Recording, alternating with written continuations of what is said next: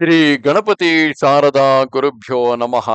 ಕೂಜಂತಂ ರಾಮ ರಾಮೇತಿ ಮಧುರಂ ಮಧುರಾಕ್ಷರಂ ಆರುಹ್ಯ ಕವಿತಾ ಶಾಖಂ ವಂದೇ ವಾಲ್ಮೀಕಿ ಕೋಕಿಲಂ.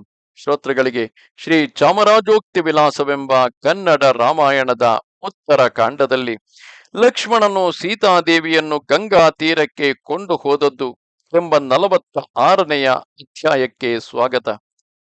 ಮರು ದಿವಸ ಬೆಳಗಾದ ಮೇಲೆ ಲಕ್ಷ್ಮಣನು ದೀನವಾದ ಮನಸ್ಸುಳ್ಳವನಾಗಿ ಸುಮಂತ್ರನನ್ನು ಕರೆದು ಉತ್ತಮವಾದ ವಸ್ತ್ರಗಳೊಂದಿಗೆ ಸೀತಾದೇವಿಗೆ ಮನೋಹರವಾದ ಹಾಸಿಗೆಯುಳ್ಳ ಯೋಗ್ಯವಾದ ರಥವನ್ನು ಸಜ್ಜು ಮಾಡಿಕೊಂಡು ಬರಲು ಹೇಳಲು ಆತನು ರಥವನ್ನು ಸಜ್ಜು ಮಾಡಿಕೊಂಡು ಬಂದು ಮಾಡತಕ್ಕ ಕಾರ್ಯವೇನೆಂದು ಕೇಳಿದನು. ಲಕ್ಷ್ಮಣನು ಅಂತಃಪುರವನ್ನು ಪ್ರವೇಶಿಸಿ ಸೀತಾದೇವಿಯನ್ನು ಕುರಿತು, ದೇವಿ, ನೀನು ಗಂಗಾ ತೀರದಲ್ಲಿರುವ ಋಷಿಗಳ ಆಶ್ರಮಕ್ಕೆ ಹೋಗಬೇಕೆಂದು ಬಯಸಲು ಶ್ರೀರಾಮನು ಹಾಗೆಯೇ ಆಗಲೆಂದು ಅನುಜ್ಞೆ ನೀಡಿದ ಕಾರಣ ರಾಜನ ಆಜ್ಞೆಯ ಪ್ರಕಾರ ನಿನ್ನನ್ನು ಕರೆದುಕೊಂಡು ಹೋಗಲು ನಾನು ಬಂದಿರುವೆನು. ನೀನು ಶೀಘ್ರವಾಗಿ ವನವಾಸಕ್ಕೆ ಹೊರಡು ಎಂದು ನುಡಿದನು. ಅದನ್ನು ಕೇಳಿ ಸೀತಾದೇವಿಯು ಸಂತುಷ್ಟಳಾಗಿ ಮುನಿ ಪತ್ನಿಯರಿಗೆ ವಸ್ತ್ರಭೂಷಣಗಳನ್ನು ಕೊಡಬೇಕೆಂಬ ಅಪೇಕ್ಷೆಯಿಂದ ರತ್ನಗಳನ್ನು ವಸ್ತ್ರಭೂಷಣಗಳನ್ನು ತೆಗೆದುಕೊಂಡು ಅರಣ್ಯಕ್ಕೆ ಪ್ರಯಾಣ ಮಾಡಲು ಲಕ್ಷ್ಮಣನೊಡನೆ ರಥಾರೋಹಣವನ್ನು ಮಾಡಿದಳು. ಆ ರಥವು ಅತ್ಯಂತ ಶೀಘ್ರವಾಗಿ ಹೋಗುತ್ತಿರಲು ಲಕ್ಷ್ಮಣನನ್ನು ಕುರಿತು, ಎಲೈ ಲಕ್ಷ್ಮಣ, ಅಶುಭವಾದ ನಿಮಿತ್ತಗಳು ಬಹಳವಾಗಿ ಕಾಣುತ್ತಿವೆ. ನನ್ನ ಬಲಗಣ್ಣು ಸ್ಫುರಿಸುತ್ತಿದೆ, ಶರೀರದಲ್ಲಿ ಕಂಪನ ಉಂಟಾಗುತ್ತಿದೆ, ನನ್ನ ಹೃದಯ ನಡುಗುತ್ತಿದೆ.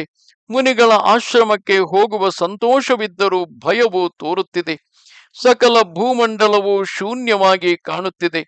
ತಮ್ಮಂದಿರೊಡನೆ ಕೂಡಿ ನಿಮ್ಮ ಅಣ್ಣನು ಕ್ಷೇಮದಲ್ಲಿದ್ದಾನೋ ಏನೋ ತಿಳಿಯಲಿಲ್ಲ.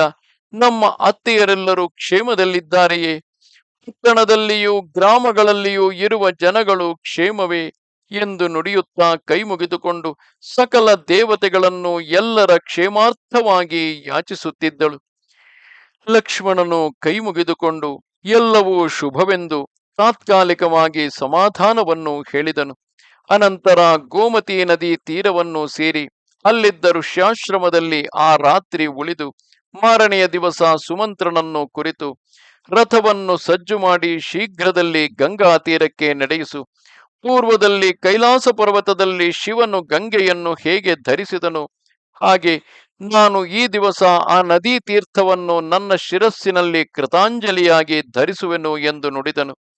ಆ ಮಾತನ್ನು ಕೇಳಿ ಸುಮಂತ್ರನು ಅಶ್ವಗಳನ್ನು ಪರಾಂಬರಿಸಿ ರಥದಲ್ಲಿ ಸಜ್ಜು ಮಾಡಿ ಸೀತಾದೇವಿಯ ಸಮೀಪಕ್ಕೆ ಬಂದು, ಅಮ್ಮ, ರಥಾರೋಹಣ ಮಾಡಿ ಎಂದು ಕೈಮುಗಿದು ನುಡಿದು ಸೀತಾ ಲಕ್ಷ್ಮಣರನ್ನು ರಥದಲ್ಲಿ ಎರಿಸಿಕೊಂಡು ಆ ದಿವಸ ಮಧ್ಯಾಹ್ನ ಸಮಯದಲ್ಲಿ ಗಂಗಾ ತೀರವನ್ನು ಸೇರಿಸಿದನು. ಅಲ್ಲಿ ಲಕ್ಷ್ಮಣನು ಸೀತಾದೇವಿಯನ್ನು ನೋಡಿ ಸಹಿಸಲಾರದೆ ಆಕೆಯನ್ನು ಬಿಟ್ಟು ಹೇಗೆ ಹೋಗುವುದೆಂಬ ದುಃಖದಿಂದ ಉಚ್ಚ ಸ್ವರದಿಂದ ಅತ್ತನು. ಸೀತಾದೇವಿಯು ಅದನ್ನು ಕಂಡು, ಇದೇನು ಲಕ್ಷ್ಮಣ, ನಿನಗೆ ಈ ಕ್ಲೇಶವೇಕೆ? ಮತ್ತು ನನ್ನನ್ನು ಅಳಿಸುತ್ತಿರುವೆ ಏಕೆ?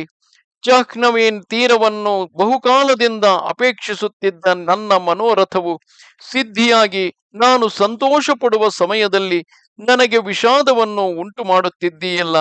ನೀನು ಯಾವ ಕಾಲದಲ್ಲಿಯೂ ಶ್ರೀರಾಮನ ಪಾದಾರವಿಂದಗಳ ಸಮೀಪದಲ್ಲಿಯೇ ಇರುವವನಾದ ಕಾರಣ ಆತನನ್ನು ಬಿಟ್ಟು 2 ರಾತ್ರಿಯಾಗಲು ಕ್ಲೇಶವು ಪ್ರಾಪ್ತವಾಯಿತು. ನನ್ನ ಪ್ರಾಣಕಾಂತನು ನನ್ನ ಪ್ರಾಣಕ್ಕಿಂತಲೂ ಪ್ರಿಯತಮನು. ನಾನು ಸಹ ನಿನ್ನ ಹಾಗೆ ಈಗ ದುಃಖಿಸುತ್ತಿಲ್ಲ. ನನಗಿಂತಲೂ ನೀನು ಕ್ಲೇಶ ಪಡಬೇಡ. ಗಂಗೆಯನ್ನು ದಾಟಿಸಿ ಋಷಿಗಳ ಆಶ್ರಮಗಳನ್ನು ನೋಡಿಸು. ಅನಂತರದಲ್ಲಿ ಋಷಿಪತ್ನಿಯರಿಗೆ ವಸ್ತ್ರಗಳನ್ನು ಕೊಡುವೆನು. ಅಲ್ಲಿರುವ ಋಷಿಗಳಿಗೆ ನಮಸ್ಕಾರವನ್ನು ಮಾಡಿ ಅಲ್ಲಿ ಒಂದು ರಾತ್ರಿ ಇದ್ದು ಅಯೋಧ್ಯ ಪಟ್ಟಣಕ್ಕೆ ಹಿಂದಿರುಗೋಣ.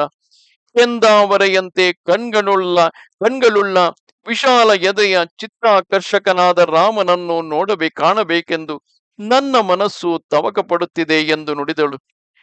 ಆ ವಾಕ್ಯವನ್ನು ಕೇಳಿ ಲಕ್ಷ್ಮಣನು ಕಣ್ಣೀರನ್ನು ಒರೆಸಿಕೊಂಡು ಗಂಗೆಯನ್ನು ದಾಟಿ ಆಚೆಯ ಕಡೆಗೆ ಹೋಗಬೇಕೆಂದೆಣಿಸಿ ಮನೋಹರವಾದ ದೋಣಿಯನ್ನು ತರಿಸಿದನು. ಅದರಲ್ಲಿ ಸೀತೆಯನ್ನು ಕುಳ್ಳಿರಿಸಿ ಗಂಗಾ ನದಿಯನ್ನು ದಾಟಿಸಿದನು. ನಮಸ್ತೆ ಶಾರದೆ ದೇವಿ, ಕಾಶ್ಮೀರ ಪುರವಾಸಿನಿ, ತ್ವಾಮಹಂ ಪ್ರಾರ್ಥಯೇ ನಿತ್ಯಂ. ವಿದ್ಯಾದಾನಂಚ ದೇಹಿಮೆ. ನಮಸ್ಕಾರ.